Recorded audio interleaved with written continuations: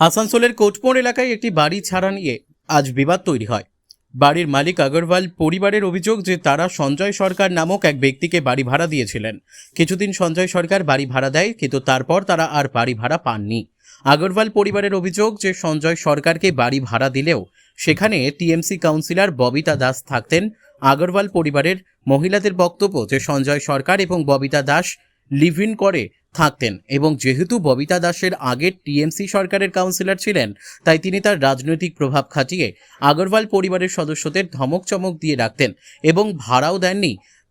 তাই আজ যখন পশ্চিমবঙ্গে ক্ষমতার পরিবর্তন হয়েছে, তারা তাদের হাতছাড়া হওয়া বাড়ি পুনরুদ্ধার করতে এসেছেন এবং তারা চান যেন ববিতা দাস অবিলম্বে বাড়ি খালি করে দেন। এ বিষয়ে যখন আমরা সঞ্জয় সরকারের সাথে কথা বলি, সঞ্জয় সরকার বলেন যে এই বাড়িটি তিনি ভাড়া নিয়েছিলেন, ববিতা সেখানে থাকতেন, কিন্তু তারা লিভ-ইনে থাকতেন না। সঞ্জয় সরকার ববিতা দাসকে নিজের বোন হিসেবে পরিচয় দেন।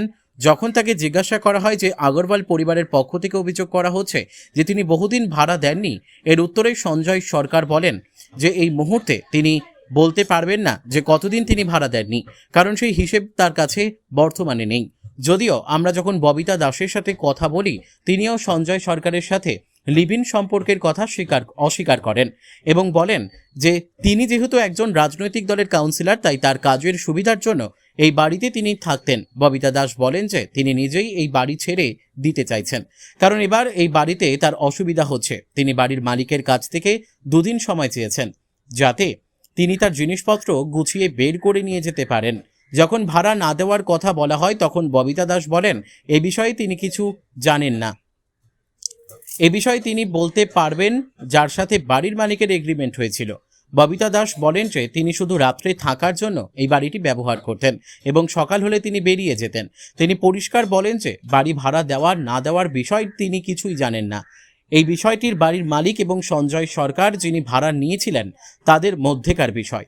ঘটনার খবর পেয়ে বিজেপি নেতা অঙ্কুর রায় ওখানে আসেন। তিনি বলেন যে আসানসোল উত্তরের বিধায়ক এবং এই অঞ্চলের বাসিন্দা কৃষ্ণেন্দু মুখার্জির নির্দেশে তিনি এখানে এসেছেন। তিনি এখানে কোনো পার্টির প্রতিনিধি হিসেবে আসা নিয়ে তিনি লিখেছেন, পাড়ায় যাতে শৃঙ্খলা বজায় থাকে তা সুনিশ্চিত করতে এখানে এসে তিনি জানতে পারেন যে গত প্রায় 10 বছর ধরে ভাড়া দেওয়া হচ্ছে না, তাই বাড়ির মালিক অবিলম্বে বাড়ি খালি করানোর চেষ্টা করছেন।